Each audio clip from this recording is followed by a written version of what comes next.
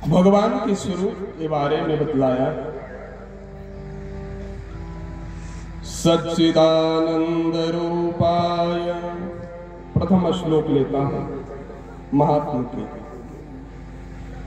सच्चिदानंद रूपाय विश्वोत्पत्त्यादि Hathaway तापत्रय विनाशाय श्री कृष्णाय वयं नमः। सर्वप्रथम समझिए भागवत कहते हैं किसको? भागवत का साधारण सा अर्थ है भगवान का हो जाना। क्या? भगवान का हो जाना। सब दिन हो जाए तो अच्छी बात है, लेकिन 7 दिन तो हो ही जाना चाहिए। 7 दिन तो बिल्कुल मर्यादा में रहकर के ही कथा को श्रवण करना चाहिए।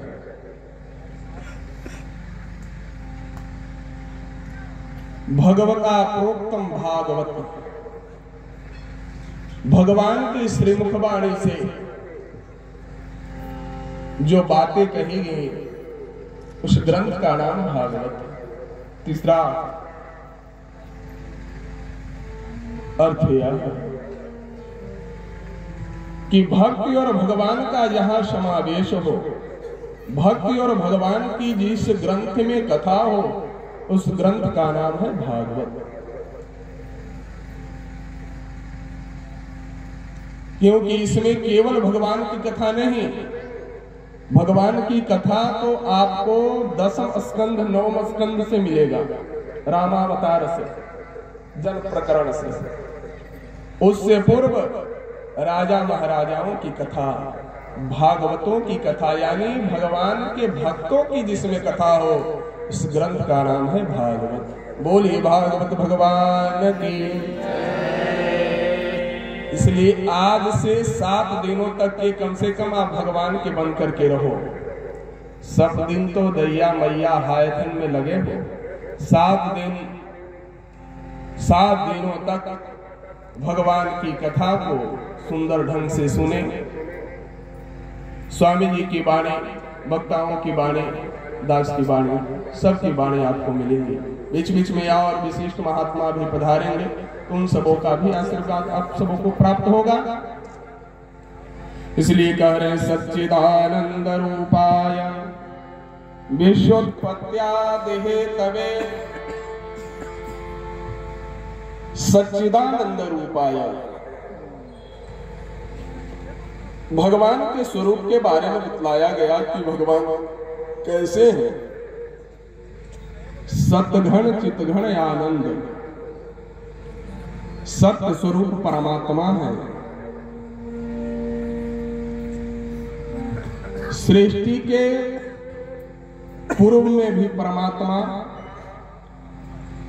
सृष्टि का जब रचना हुआ उस समय भी परमात्मा की सत्ता, और जब यह प्रलयकालीन प्रलय रूप धारण करेगा तो उस समय भी भगवान की सत्ता।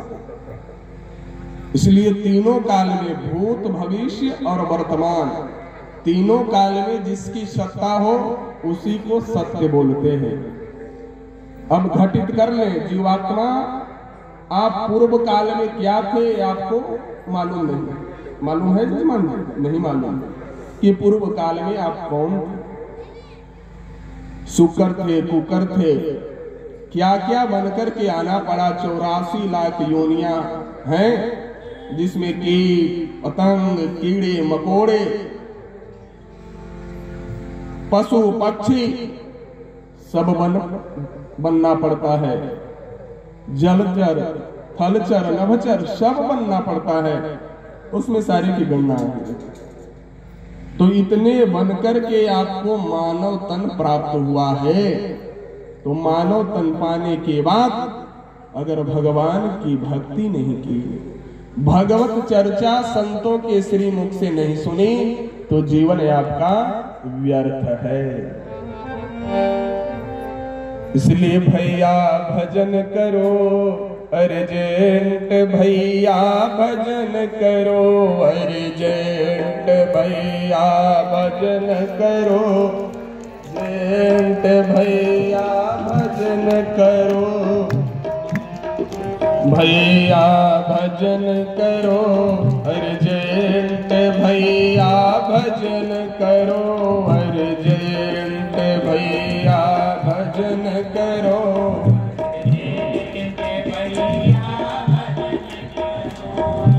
ऐसे काम नहीं चलेगा, दो को माइक रखे, इनको भी माइक दीजिए। हाँ, गड़बड़ हो जाएगा फिर। ये बुआरे का यहाँ दोनों बाप से थे।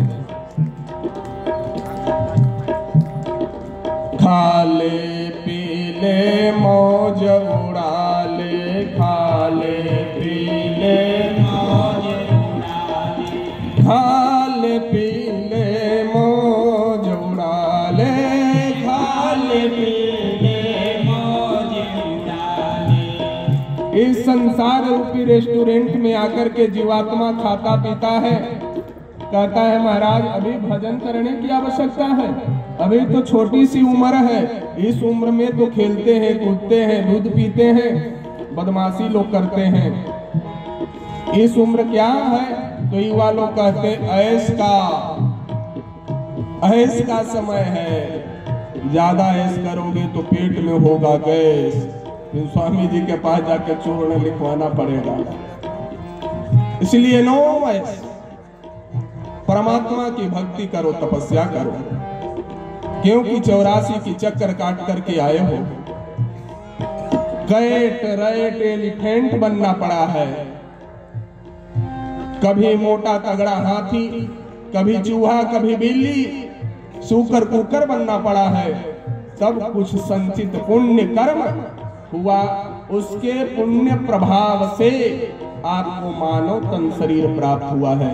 इसलिए गोस्वामी तुलसीदास जी कह रहे हैं, बड़े भाग्य मानुष तन पावा, बड़े भाग्य मानुष असुर दुर्लभ सद ग्रंथन गावा, असुर दुर्लभ सद वासाधन धाम मोक्ष कर द्वारा,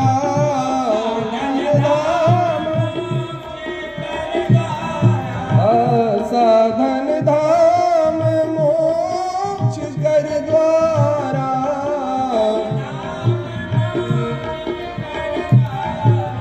पाई न के परलोक समारा, पाई न के परलोक अरा, बड़े भाग्य मानुष तन पावा, बड़े भाग्य मानुष तन पावा। गोस्वामी तुलसीदास जी कह रहे, बड़े भाग्य मानुष तन पावा, बहुत बड़ा भाग्य हुआ है, ठाकुर जी की महती कृपा हुई है तो मनुष्य तन मिला है। 84 की चक्कर काटते काटते कुछ संचित पुण्य कर्म बचा था, उसके पुण्य प्रभाव से मनुष्य तन मिला है। तो मनुष्य तन पाकर के केवल यह भोग योनि नहीं, ये साधना योनि है। मानव तन से ही आप भगवत प्राप्ति तक के जा सकते हैं। आप आगे की कथा में सुनेंगे, बहुत ऐसे ऋषि महर्षि हुए जो अपनी तपस्या के बल प्रभाव से और परमात्मा के उत्तुंग शिखर को, चरणों को पा लिया, चरणों तक के पहुंच गया। इसलिए मानव शरीर जो मिला है ना, आप जो करना चाहे सो आप कर सकते हैं। अब जो के अर्थ यह न लगा ले कुछ भी कर ले, मनमाना कर ले, गलत काम कर ले, नहीं। अच्छा कार्य के लिए आप सत्संकल्प हो करके और कार्य करेंगे तो उसमें भगवान भी सहारा बन जाते हैं। इसलिए मानव तन प्राप्त करके और भगवत कथामृत सुनो, भगवान की भक्ति करो, भगवान का नाम कीर्तन गुणानुवाद करो, इसलिए मिला है। पूरे शरीर जो मिला है भगवान के कार्य के लिए मिला है। कैसे? भागवत में वर्णन है, करो हरेर मंदिर मार्जनादिशो, करो हरेर मंदिर मार्जनादिशो। जो हाथ परमात्मा ने दिया है लाठी डंडे चलाने के लिए नहीं, भगवान के गर्भ में जाओ और पोछा लगाओ, हाथ की सार्थकता है। दान दो इस हाथ से, हाथ की सार्थकता है। पद की सार्थकता तब मानी जाएगी जब आप तीर्थ यात्रा गमन करेंगे, आप धार्मिक आयोजन में जाकर के यज्ञशाला की परिक्रमा करेंगे, कथा में जाएंगे, यह पद की सार्थकता है।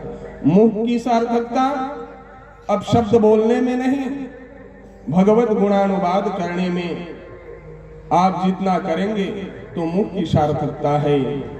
और हरि गुण गाते गाते आप श्वास लेते हैं तो नासिका की सार्थकता है। और नेत्र वही वृंदावन जाकर के और नटवर बांके बिहारी से आप अपने नेत्र को नेत्र से मिला दो। यानी जीवात्मा और परमात्मा का नेत्र जब मिल जाता है तो वह जीवात्मा भी परमात्मा के पास पहुंच जाता है। एक बार की बात है, सच्ची घटना है।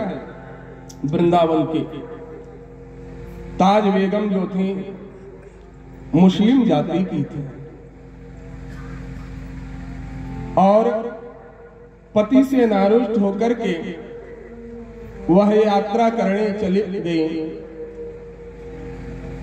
तो जा रही थी मक्का मदीना कि मैं अपने बड़े खुदा के पास जाकर के वहां इबादत करूंगी। लेकिन उसके कानों में शब्द सुनाई पड़ी कि बड़े खुदा तो अपने आप मजहब को मान रही हो, तो उससे पूर्व छोटे खुदा से तो मिल लो। कौन? बांके बिहारी रास्ते में पड़ेंगे। जब ताज बेगम इस बात को सुनी है तो उसके हृदय में उत्कंठा जागृत हो गई भगवान के प्रति श्रद्धा कि मैं थोड़ा बांके बिहारी जी का दर्शन तो कर लूं।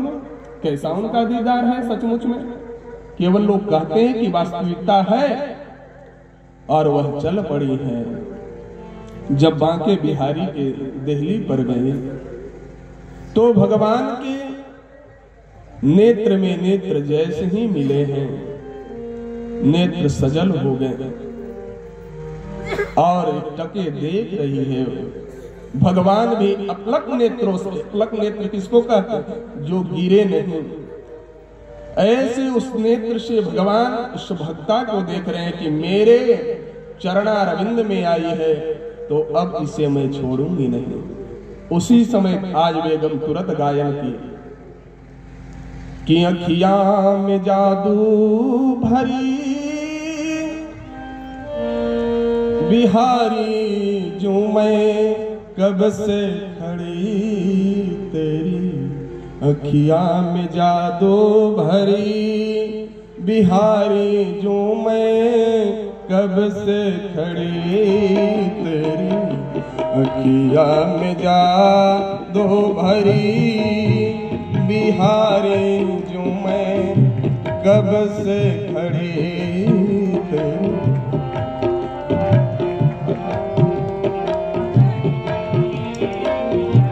जब से मुरलीधर को देखा, ऐसे परमात्मा की दीदार करो कि परमात्मा अपना ले।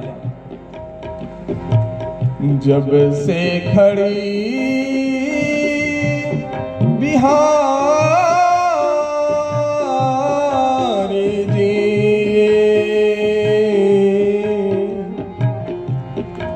तेरी अखिया है जादू भरे बिहारी जो मैं कब से खड़े तेरी अखिया है जादू भरे हो बिहारी जो मैं कब से खड़े। ताज बेगम जब दर्शन करने के लिए गई तो भगवान को हो गई और गायन की कि प्रभु मैं तो हूँ मुसलमानी पर हिंदुस्तानी बन करके रहूंगी, आपका भक्ता बन करके रहूंगी। ऐसे भगवान में आकर्षण है कि एक बार अगर आप दर्शन तो करो सच्चे मन से तो भगवान अपने ओर खींच लेते हैं। सहस्त्र हम सब नित्य प्रतिदिन बोलते अपराध सहस्त्र भाजनम पतितम भीम भवारण बोधरी। हे प्रभु, हम सब जीवात्मा अपराधी हैं, नित्य प्रतिदिन अपराध होता है। नहीं चाहता हूं कि अपराध हो, फिर भी आप चल रहे हैं तो पक्ष से अगर चींटी मर जाए वो भी अपराध है। तो ऐसे अपराधी जीव को आप कैसे अपनाएंगे?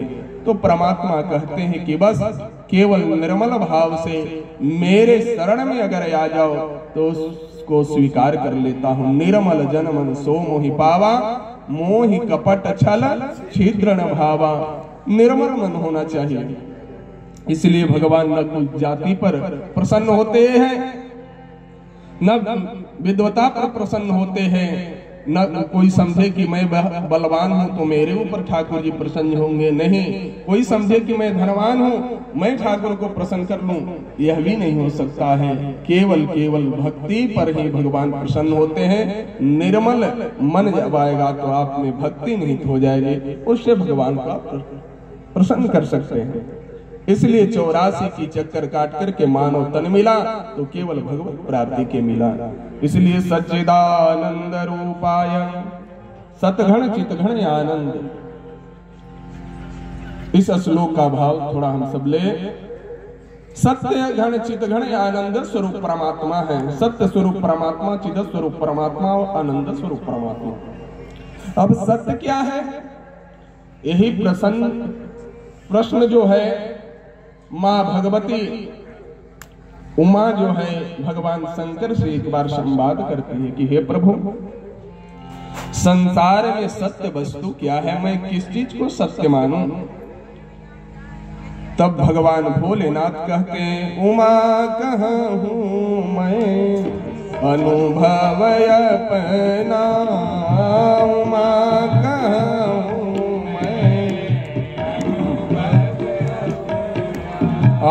सत्य हरि भजन जगत सब सपना, सत्य हरि भजन जगत सब सपना।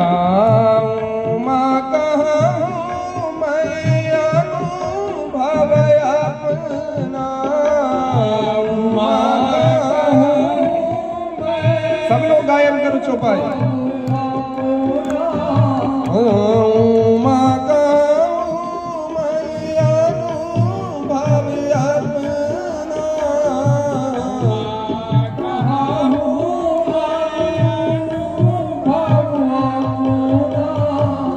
सत्य हरि भजन जगत सब सपना, सत्य हरि भजन जगत सब सपना, सत्य हरि भजन जगत सब सपना। सत्य हरि भजन जगत सब सपना। मैं नहीं कह रहा हूं, भगवान बहुत भावन कह रहे हैं, हे उमा, उमा कहा हूं मैं अनुभव अपना। हर व्यक्ति का अनुभव होता है। किसी का 50 वर्ष का अनुभव, किसी का 100 वर्ष का अनुभव, किसी का 25 वर्ष का अनुभव। हर व्यक्ति का अपना अपना अनुभव होता है। तो भगवान शंकर कह रहे हैं कि मैं सुना हुआ बात नहीं कह रहा हूं, निज अनुभव, खुद का अनुभव बतला रहा हूं। क्यों? क्योंकि जिस त्रैलोकीनाथ सत्य स्वरूप परमात्मा भगवान श्री राघवेंद्र सरकार मां जानकी के वियोग में और जंगल में भ्रमण कर रहे थे, हासीते हेसते हासीते पूछ रहे थे खगमृग से, वही परमात्मा सत्य है और उन्हीं परमात्मा के ऊपर आप शंका कर दिए थे। देखिए, लोगों को संसार में समझाना बड़ा दुर्लभ है। दो व्यक्ति जल्दी नहीं समझते हैं यजमान जी। प्रथम कौन है? पड़ोसी। पड़ोसी को कितना भी आप हित कर बात बताओ कि बाबू तुम्हारे लिए कल्याणप्रद होगा, वो समझने वाला कि नहीं, हाँ हो थोड़ा हम खूब जाने तू कितना हमारी तैसी है।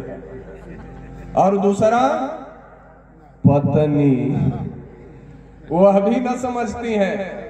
पति कितना भी पढ़ा लिखा हो, लेकिन पत्नी एक बार जरूर कह देगी कि तोरा कितना बुझावा से हम सब जानी थी, तो खूब पढ़ रहा। इस सबके साथ बीतता होगा जो गारहस्थ जीवन में हम लोग तो भाई बिहर कर रह गए। जो गारहस्थ जीवन वाले सब जानते हैं, है बात की नहीं सही है ना? दो वो बात तो बिल्कुल नहीं। कहे प्रमाण। देखिए भगवान शंकर जी ने कहा कि मान जाओ यही ईश्वर है।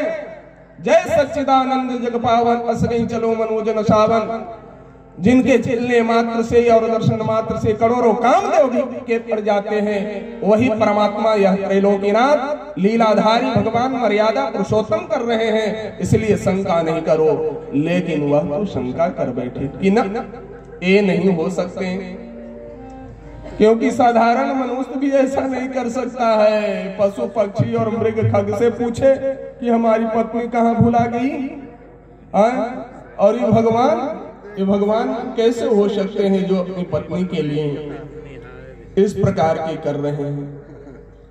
भगवान भोलेनाथ ने समझाया, नहीं समझे। कथा आगे की ओर चले हैं, कथा को क्रम में हम लाएंगे तो आपको सुनाएंगे। तो भगवान शंकर कहने का अभिप्राय यह है कि भगवान भोलेनाथ कहें सत्य संसार में भगवान ही है, मनुष्य नहीं। मनुष्य उसका अंश है, अंशी तो परमात्मा है।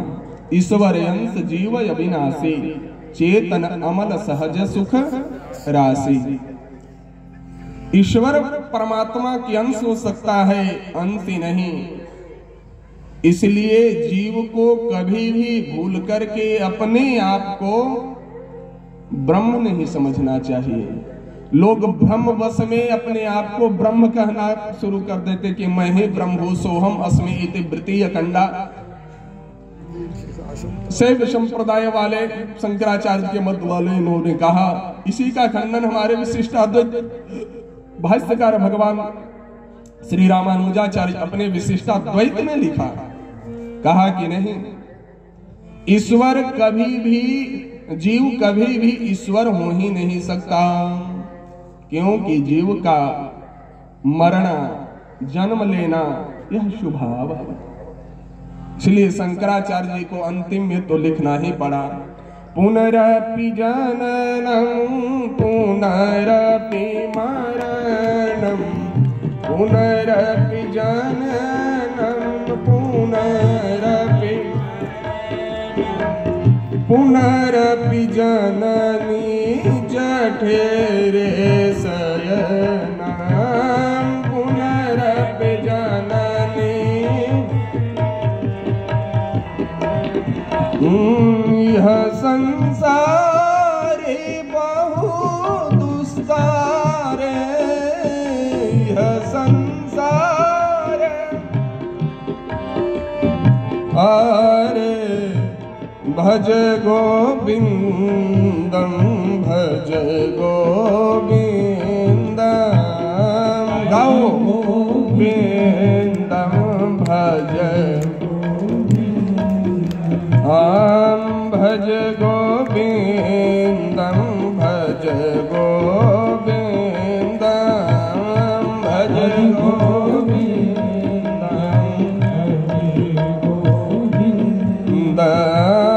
गोविंदम भज मूढ़मते